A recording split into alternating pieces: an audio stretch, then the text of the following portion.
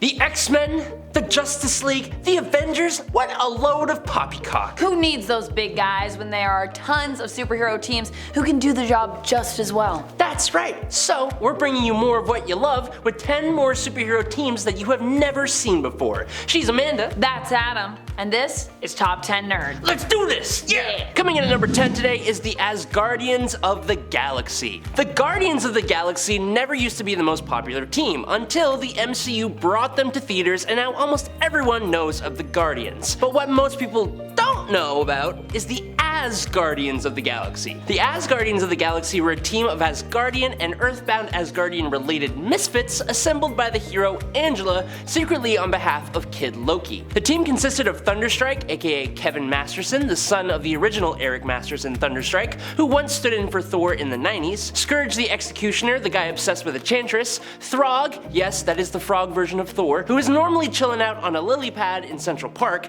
and Valkyrie along with her human host Annabelle Riggs. Now pulled together in a tie-in to the 2018 Infinity Wars event, their objective was to help Kid Loki retrieve the Naglfar beacon in anticipation of the upcoming War of the Realms waged by Malekith the Accursed. This put them into conflict with Nebula, who was using the beacon to lead an army of undead gods to bring about another Ragnarok. And if that sounds awesome, it's because it is. And friends, before we move on to our next spot on this list, if you love what we do here at Top 10 Nerd, why not consider clicking that subscribe button? Number 9, Stormwatch. I just found out this today, but apparently when it comes to DC, there are actually a few different teams known as Stormwatch. Did you know that? One of them is actually a magic-based team, which is probably even less known than the one I'm going to talk about. If we get to a part 3, I'll tell you about that one. However, I figured Stormwatch from Wildstorm was still less known in comparison to stuff like, the Justice League, when we're talking DC. Who is Stormwatch in the Wildstorm universe before they came to DC? Well, initially this was a team created by Jim Lee under his imprint,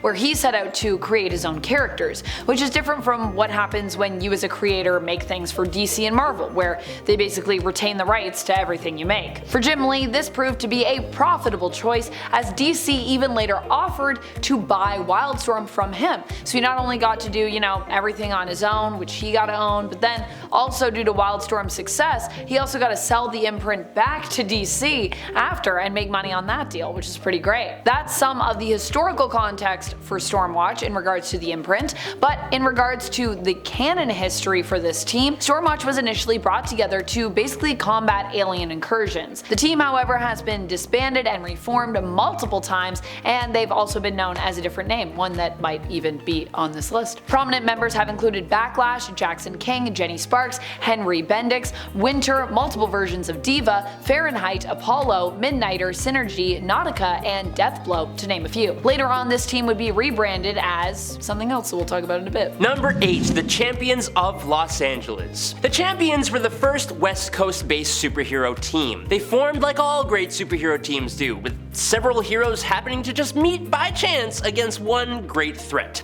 In this case, that threat took the form of the Greek god of death, Pluto. The group consisted of 2 former X-Men, Angel and Iceman, the Greek god of strength Hercules, who I swear is underappreciated, Johnny Blaze, the original Ghost Rider, and the Russian spy Black Widow, who became this team's leader. After defeating Pluto, the Champions of Los Angeles, or just the Champions, decided to stick together as a team. Warren Worthington III, aka Angel, was the wealth behind the team. They bought their own Quinjet and named it the Champ Jet, which I find hilarious because over time, the members of this team started to become embarrassed by the team, with both Iceman and Angel calling it an embarrassment and a nightmare because they had no idea what they were doing, apparently. But still, they had a few more adventures working with X-Force, and they had some additions to the roster with Black Goliath, who aided the team in scientific endeavors from time to time, and another Russian female hero, Darkstar, who was originally there to capture Black Widow, but changed sides instead. Number 7, Avengers. I know what you're thinking. Amanda, what? I know the Avengers. How could you not know the Avengers in 2023? Well, it's possible that you're not thinking of the same Avengers team that I'm thinking of. I'm thinking of the Avengers from Earth 1610, the original Ultimates reality. You see, while the Avengers did actually exist there, this team was actually very different from the version that we know that hails from the MCU or even the comics main reality of Earth 616. The Avengers team here was kind of treated more like a version of the Suicide Squad. They only made about 23 appearances total, and the roster was very different from what you'd be used to when you think of the mainstay Avengers in the main continuity. I mean, some of the same names, but totally different people. The team roster has included Black Widow, but this Black Widow was Monica Chang, the ex-wife of Nick Fury, Gregory Stark, Tony's evil twin brother in this reality, the Punisher, Nick Fury, Red Wasp, Tyrone Cash, a super interesting character, you should look him up, an evil version of Spider-Man created by Gregory Stark in a lab known as the Spider, an imitation of Thor known as Perun, Hawkeye, and War Machine. Basically, they're kind of like a rougher imitation Avengers. Number 6. The Legion of Monsters. The Legion of Monsters is a team of monster-like characters who have vowed to protect other monsters like them that were hunted down to be killed or couldn't defend themselves. The team has consisted of characters like Shikla, Werewolf by Night, Ghost Rider, Zombie, Elsa Bloodstone, Frankenstein's monster, Man-Thing, Morbius, Satana, the Living Mummy, and Mamphibian, among others. Now, the original Legion of Monsters were united by chance when they each happened to investigate the appearance of a strange benevolent being called the Starseed, who came crashing to Earth. Starseed attempted to aid the monsters and cure them of their forms, even though, being monsters, they couldn't control themselves and attacked Starseed. Because of the fear they caused him, when Man-Thing touched him, he bit the dust, in Marvel Premiere number 28 from November 1975. One of the Legion's many missions included saving remaining monsters from the Hunter of Monster Special Force. They sent the monsters into the Morlock tunnels and started a monster metropolis where the monsters could live in peace. They are the group that saved Frank Castle the Punisher and turned him into Frankencastle. Number 5. Teenage Kicks. You may have heard of this one thanks to the popular streaming series The Boys. It was the team that Popclaw from season 1 was on when she was a kid. The team is a parody of DC's Teen Titans and is a teenage superhero-based team that was managed by Vought International. In the comics, they have a somewhat larger role in the story, but are still considered pretty much minor antagonists. Number 4. The Authority. The Authority is a team that not a ton of people know about now. They were really popular and cool, but this team is going to be joining the DCEU under James Gunn's reboot. So before everyone and their mums hears about them, let's talk about them here. Now, for starters, the Authorities are not strictly a DC team. They are part of the Wildstorm universe of Earth 30, which we did talk about earlier, I believe. Here, metahumans are a bit more in control. They have no qualms against removing human political leadership if they engage in initiatives that harm others. Now, the initial roster consisted of hyper-skilled tactician Midnighter, who is basically like insane Batman, the Superman-esque solar-fueled powerhouse Apollo, the engineer whose blood consists of microscopic nanites, the winged warrior woman Swift, Jack Hawksmoor, who draws superhuman abilities from cities, and the Doctor, a shaman connected to the energies of the Earth. Leading them was Jenny Sparks, the electrically powered spirit of the 20th century. Now, they came together to protect the world by any means necessary, and they proved that. The Authority often used lethal measures to defeat their enemies and weren't above causing collateral damage to do so. They were actually the basis behind the evil supervillain team, the Elite, that Superman faced in What's So Funny in Truth, Justice, and the American Way. But funnily enough,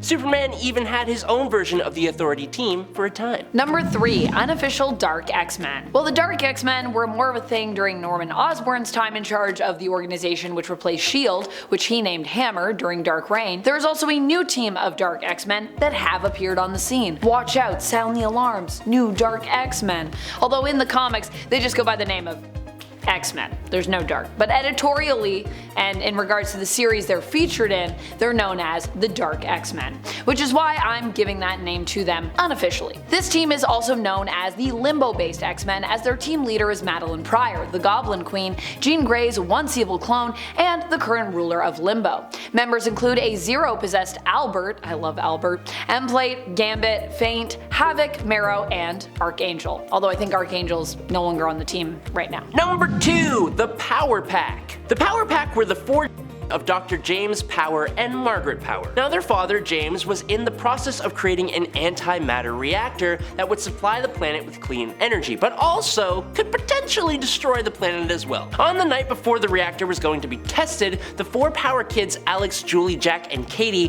had a run-in with Alefire Whitemane, aka Whitey, who was a member of the alien race known as the Chimelians, and he had crash landed not too far from the Powers' home and was not doing too hot. He told the kids about another alien race known as the Snarks, who were after the antimatter technology in order to destroy other planets. Now as he passed away, he bestowed powers on the four kids. Alex became Zero-G with the power to manipulate gravity, Julie became Lightspeed with the powers of flight and acceleration, Jack became Mass Master with the ability to control the density of the molecules of his own body, and Katie became Energizer with the ability to disintegrate an object and absorb the released energy into herself, using it to project power balls of force from her chest. Other than facing Emperor Jakal and the Snark species that he commanded, the Power Pack have teamed up with all kinds of heroes like Spider-Man, the X-Men, Cloak and Dagger, Devil Dinosaur, Gwenpool, Moon Girl, and Franklin and Valeria Richards in the Future Foundation. Number 1. Queen's Vengeance. Queen's Vengeance is a reality-warped version of the Avengers. This team was created when Morgan Le Fay ended up attacking the Avengers. As they prepared to strike back against her, Morgan Le Fay warped reality and ended up making the Avengers into members of her court, many of them becoming part of her trusted guard, the Queen's Vengeance, because reality was warped so that it was like basically the Middle Ages. The only member of the Avengers who was not transformed by the reality warp was Scarlet Witch, who actually could not be controlled this way. Wanda was held as a prisoner as such in Morgan Le Fay's dungeon, but managed to use her powers to reach out to her fellow Avengers, breaking the spell over Captain America's mind. Cap then sought out the other members of the team, and they managed to all wake up and rebel against Morgan Le Fay, reverting reality back to normal. That's about it for this one. We'll see you next time. And until then, stay nerdy. Peace. Bye.